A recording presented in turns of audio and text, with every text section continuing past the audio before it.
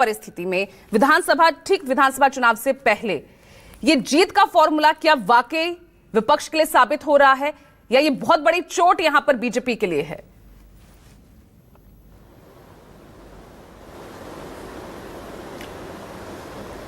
देखिए, जातिगत जनगणना का मुद्दा भारतीय कांग्रेस पार्टी लगातार उठाती रही है और इधर बीच वो जब से जातिगत जनगणना की बात करने लगे हैं, जब चुनाव आता है, राहुल गांधी ज़्यादा तौर पर और आरक्षण की बात, संविधान की बात और जातिगत जनगणना बार बार कहते हैं समाज का एक्सरे होना चाहिए, पता चलना चाहिए और उसके हिसाब से होना चाहिए। देखिए पूजा, कई बार हम लोग जातिगत जनगणना पर बहस कर चुके हैं। अब हाल में जो वो इलाहाबाद में, प्रयागराज में गए थे सम्मेलन में, वहाँ भी उन्होंने कहा बार बार जातिगत जनगणना की बात राहुल गांधी करते हैं, लेकिन इसके कुछ अहम सवाल और कुछ पेचीदगियाँ हैं। पहले भी आपके कार्यक्रम में इसकी चर्चा हमने की थी।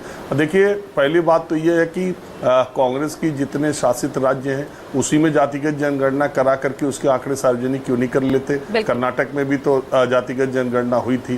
पहली बात ये है। दूसरी बात ये है कि ये जातिगत जनगणना अगर कांग्रेस के लिहाज से सवाल किया जाए तो जातिगत जनगणना 1951 में भी हो सकती थी, 61 में भी हो सकती थी, 71 में भी हो सकती थी, 81 में भी हो सकती थी, 91 में भी हो सकती थी और इन सब 2011 में भी हुई। आज तक जनगणना जितनी बार हुई सबसे ज़्यादा बार कांग्रेस की ही सरकार थी, तो ये सवाल उठाया जाना चाहिए। दूसरी बात, 2011 में जब आर्थिक और सामाजिक और जातीय आधार पर जनगणना हुई तो उसके आंकड़े क्यों नहीं सार्वजनिक किए गए? जब उसके आंकड़े सार्वजनिक नहीं किए गए तो संसद में भी मोदी सरकार ने भी और मनमोहन सरकार ने भी, दोनों ने कहा कि उस आंकड़ों को सार्वजनिक करने का कोई इरादा सरकार का नहीं है। सुप्रीम कोर्ट के एक मामले में सुप्रीम कोर्ट में एक मामला था, उसमें सरकार की तरफ से कहा गया कि वो जातिगत जो जनगणना है उसमें तमाम तरह की खामियां हैं। 43 लाख जातियां बताई गई, 43 लाख, 40 लाख से ज़्यादा जातियां देश में बताई गई।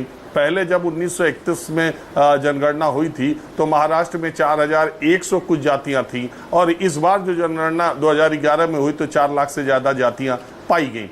तो ये देखिए, बड़ा प्रशासनिक तौर पर बड़ा कठिन काम है, पहली बात।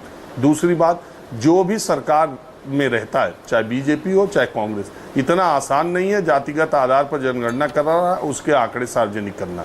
आपको याद होगा बिहार में जब जातिगत जनगणना कराई गई तो उसके बाद क्या हुआ? जातिगत जनगणना क्यों होगी?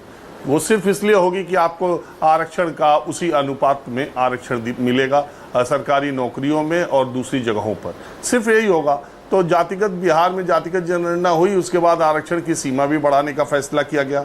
आज भारतीय जनता पार्टी और जेडीयू की वहां पर सरकार है, लेकिन भारतीय जनता पार्टी के शीर्ष नेतृत्व से लेकर गृह मंत्री अमित शाह से लेकर नीचे तक के भारतीय जनता पार्टी के नेताओं, प्रवक्ताओं ने उस जातिगत जनगणना के आंकड़ों पर सवाल उठाए थे और वो जो भी उस सवाल हमेशा उठेंगे, पहली बात। दूसरी बात यह है कि ये अगर आप जो जातिगत जनगणना करा के आरक्षण की सीमा बढ़ाने की बात के लिए ये बातें कही जाती और इसमें इतनी पेचीदगियां है कि कोई भी सरकार इसको जानती है कि कराने के बाद जो विवादों का एक बॉक्स खुलेगा और जो मुद्दों का, वो कोई भी सरकार उसी में उलझ के रह जाएगी। इंटरेस्टिंग बात मैं बताऊं, उन दिनों मैं संसद को कवर किया करता था।